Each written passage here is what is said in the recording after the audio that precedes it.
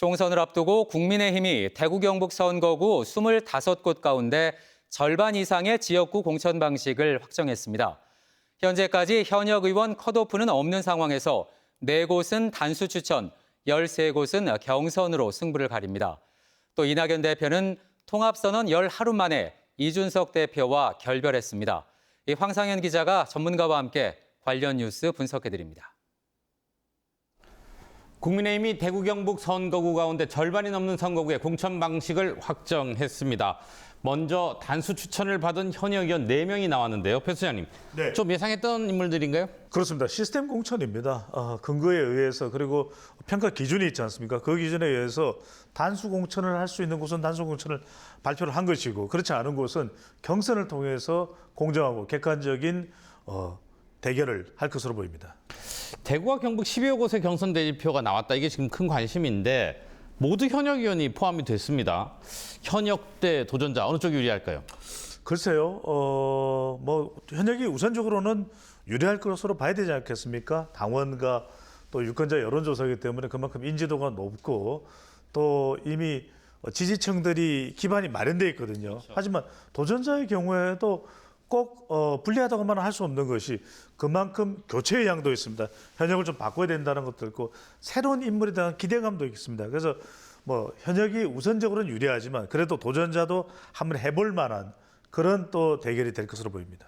같은 맥락에서 TK 중진 5선의 주호영 의원과 3선의 김상우 의원이 자신의 지역구에서 경선을 치르게 됐고요. 윤재욱 원내대표가 단수 공천을 받았습니다. 어떻게 보세요?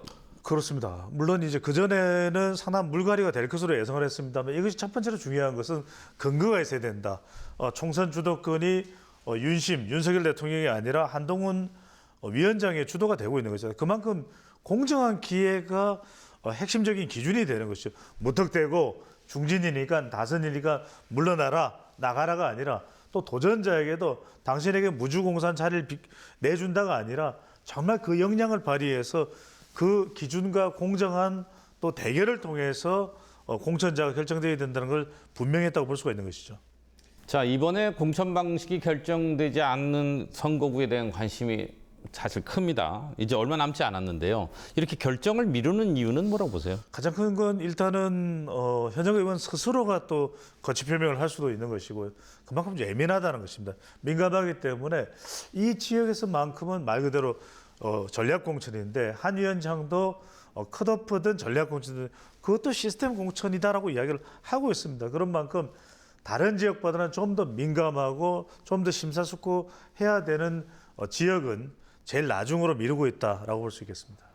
그 개혁신당에서는 합당선언 열 하루 만에 이준석, 이낙연 대표가 결별했습니다. 자, 그럼 두 사람의 결별이 이번 총선에는 어떤 영향을 미칠까요? 그렇죠. 국민의힘은 더 탄력을 받는다고 볼 수 있습니다. 왜냐하면 그래 결국 양대 정당 대결로 돌아가는 거야라는 것이 되는데 국민의힘은 좀 한숨 돌린 반면에 민주당은 상당히 부담스럽습니다. 왜냐하면 지금 공천 파장이기 때문에 이들이 현역 공천 탈락자들이 불만을 품고 수도권에서 이 이낙연 신당 새로운 미래로 가버리게 되는 건 실제 다자대결이 될 수 있거든요. 이 다자대결 구도 속에서는 민주당의 수도권 현역들이 많기 때문에 상당히 민주당으로서는 부담스러운 또 지지율을 의식할 수밖에 없는 선거가 되는 양상으로 보입니다.